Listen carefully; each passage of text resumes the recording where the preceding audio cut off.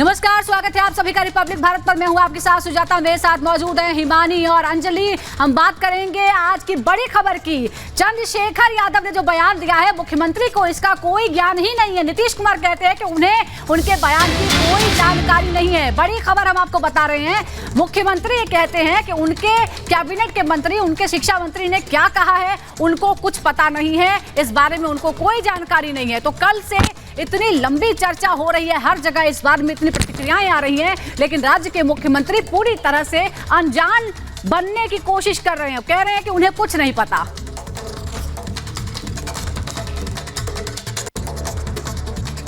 शिक्षा मंत्री बोले नफरत को लेकर भी सवाल उठ रहा है। हमको पता नहीं है जी, हम देखे नहीं है। शिक्षा मंत्री ने बोला है कि ये नफरत बोलने वाला ग्रंथ है। हमको पता नहीं है, हम पूछ लेंगे उनसे। ठीक। दरभंगा एम्स को लेकर बात। तो आपने सुना कि सीएम नीतीश कुमार कह रहे हैं कि उन्हें इस बारे में जानकारी नहीं है। तो दूसरी तरफ बिहार के शिक्षा मंत्री का ये बयान सामने आया है और एक बार फिर से आपको सुनवाते हैं कि क्या कुछ कहा है सीएम नीतीश कुमार ने। शिक्षा मंत्री बोले नफरत को लेकर भी सवाल उठ रहा है। हमको पता नहीं है जी, हम देखे नहीं है। शिक्षा मंत्री ने बोला है कि ये नफरत बोलने वाला ग्रंथ है। हमको पता नहीं है, हम पूछ लेंगे उनसे। ठीक। दरभंगा एम्स को लेकर बात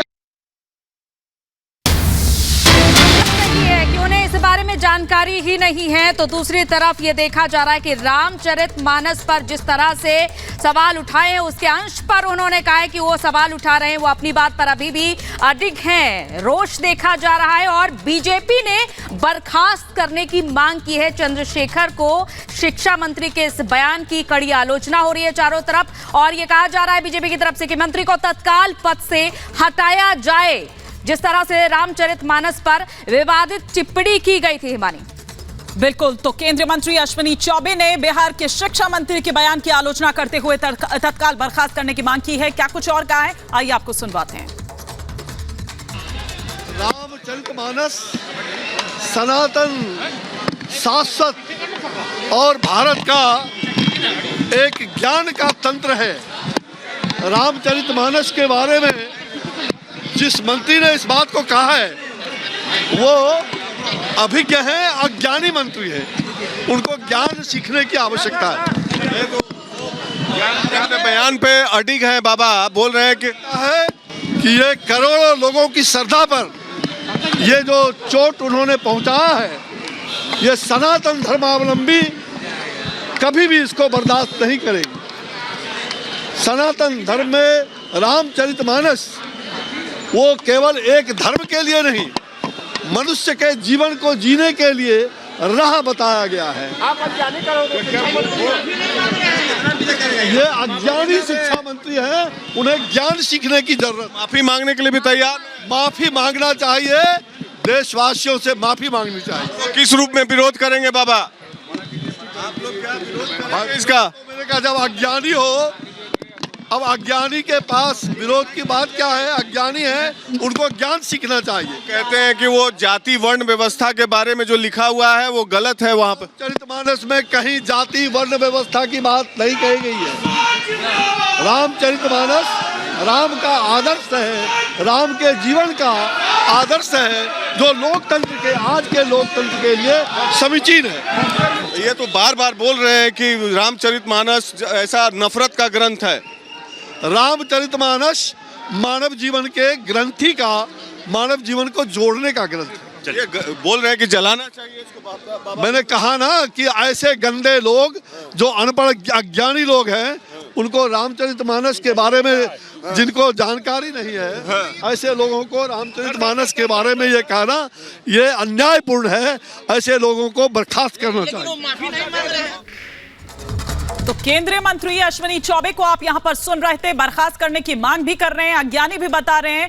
हमारे वरिष्ठ सहयोगी प्रकाश सिंह इस वक्त हमारे साथ जुड़ चुके हैं, जिन्होंने उनसे बात की थी। लेकिन साथ ही साथ प्रकाश जी, मुख्यमंत्री तो कहते हैं कि उनको तो जानकारी ही नहीं है, वो अपने बयान पर कायम है। यानी कि चंद्रशेखर यादव वो कह रहे हैं कि भैया मैंने ऐसा कौन सी वो कर दी बात, तो माफी मांगने का सवाल नहीं होता। और ऊपर से उधर बात अगर मुख्यमंत्री की करें तो वो तो ये कहते हैं कि उनको तो पता ही नहीं है कि कुछ ऐसा है भी। देखिए, सवाल ये उठता है, ये बड़ा हास्यास्पद है कि कल से ये मामला चल रहा है और मुख्यमंत्री को पता नहीं है। तो सवाल ये उठता है, मैं इस संदर्भ में देखता हूँ उसको, कि क्या ये मुख्यमंत्री नीतीश कुमार का गजनी अवतार है कि या तो उनको पता नहीं होता है या वो भूल जाते हैं। जबकि मैं आपको बता दूँ, इतने दिनों से मैं कवर करता हूँ, तो एक तो हर घंटे उनके पास उनके अधिकारी जो है समाचार सार देते हैं, उसमें इन सब चीज़ों का जिक्र रहता है कि क्या क्या घटनाएं हो रही हैं बिहार में, देश में। दूसरी बात, वो सुबह उठ के रोज़ कम से कम 6 अखबार पढ़ते हैं और बड़ी बारीकी से पढ़ते हैं। तो ऐसा हो ही नहीं सकता कि उन्हें पता नहीं हो। शायद इस बात को वो इस पर रिएक्शन नहीं देना चाहते थे और इनकी मंशा यही है। ये जिस तरीके से जाति व्यवस्था के बारे में बात कर रहे हैं, समाज में विद्वेष फैलाने की बात कर रहे हैं, तो ये एक राजनीति के तहत ये किया जा रहा है ताकि 2024 का लोकसभा चुनाव है और बिहार के लोगों को अगड़ा पिछड़ा में बांटकर एक मंडल कमंडल की राजनीति जो मंडल कमीशन के शुरू हुई थी, उसका लाभ उठाना चाहते हैं और देश भर में जातीय विद्वेष फैलाना चाहते हैं, जैसी कि मेरी समझ है। अब देखना यह है कि भारतीय जनता पार्टी ने विरोध दर्ज किया है। अश्विनी चौबे ने बोला कि तत्काल इस मंत्री को बर्खास्त करना चाहिए और रामचरितमानस जो है एक बहुत ही सेक्रेड ग्रंथ है हिंदुओं का, हिंदुओं के आस्था को चोट पहुंची है, सभी कोनों से विरोध हो रहा है। विश्व हिंदू परिषद भी अभी 2 बजे पटना में प्रेस कॉन्फ्रेंस करने वाली है, साधु संत विरोध कर रहे हैं। तो चारों कोनों से इनका विरोध हो रहा है। रामचरितमानस को लेकर जिस तरीके से बयान आया है और जब मैंने सुबह में भी बात किया तो अपने बयान पर अडिग हैं और तरह तरह की बातें कर रहे हैं, दोहा सुना रहे हैं। अब रामचरितमानस तो सबने पढ़ा नहीं, मैंने तो नहीं पढ़ा, मैंने कबूल कर दिया, लेकिन जहाँ तक मेरी जानकारी है रामचरितमानस और मनुस्मृति जो है वो बहुत ही सेक्रेट ग्रंथ है। और यहाँ तक ये भी चंद्रशेखर जी को बता देना चाहता हूँ कि उनके जो नेता हैं तेज प्रताप यादव, जो काफ़ी पूजा पाठ करते हैं, कई बार अपने पिताजी को, लालू यादव जी को, जो राष्ट्रीय अध्यक्ष है राष्ट्रीय जनता दल के, उनको रामचरितमानस गिफ्ट कर चुके हैं। अगर वो तस्वीरें हम निकाले आर्काइव से या ट्विटर से तो मिल जाएगा। तो जब उनके नेता रामचरितमानस अपने पिताजी जो राष्ट्रीय अध्यक्ष और समाजवादी आंदोलन के बड़े नेता है, वो रामचरितमानस को पढ़ते हैं या उनको गिफ्ट किया जाता है, तो समझ में नहीं आता है चंद्रशेखर जो शिक्षा मंत्री है उनको क्या गुरेज है। और ये एक सोची समझी रणनीति के तहत ये राजनीतिकरण किया जा रहा है इसका, जैसा कि मुझे लगता है, क्योंकि चुनाव जब आ रहे हैं नज़दीक लोकसभा के, तो ऐसे ऐसे विवादास्पद बयान दिए जाएंगे और वोट बैंक की राजनीति चलती रहेगी। Back to you. Ji Prakash ji, बहुत बहुत धन्यवाद आपका हमसे बात करने के लिए। और ऐसा लगता है कि पढ़ा तो है चंद्रशेखर ने रामचरितमानस को, लेकिन चुनाव कर लिया है कि हमें क्या पढ़ना है और क्या बाकी चीजों को नजरअंदाज कर देना है। और इस बीच लगातार प्रतिक्रियाएं आ रही हैं, वो भी आपको बताते हैं। बड़ी खबर आपको बता दें, चिराग पासवान ने नीतीश सरकार पर हमला बोला है। इससे ज्यादा शर्मनाक बयान नहीं हो सकता है। तो अब एलजेपी रामविलास की तरफ से भी आ गया है बयान, चिराग का नीतीश पर हमला। उनका कहना है कि इससे ज्यादा शर्मनाक बयान नहीं हो सकता। और हमारे वरिष्ठ सहयोगी ने बातचीत की है चिराग पासवान से, देखिए। चिराग जी, ये रामचरितमानस और मनुस्मृति को जलाने की बात कर रहे हैं, बोल रहे हैं कि ये विद्वेष फैलाने वाला ग्रंथ है। भाई आप बताइए ना, विद्वेष कहाँ नहीं फैल रहा है बिहार में? आपका ध्यान किस चीज़ों पर है? बक्सर में जो हुआ वो क्या है? या जिस तरीके से हमारे छात्रों के ऊपर लाठियाँ चलाई जाती है वो क्या है? क्यों लोगों की आस्था को भड़काने वाले बयान बिहार के मुख्यमंत्री स्वयं और उनकी पार्टी के नेता देते रहते हैं? क्यों बंटवारे की राजनीति करने का प्रयास करते हैं?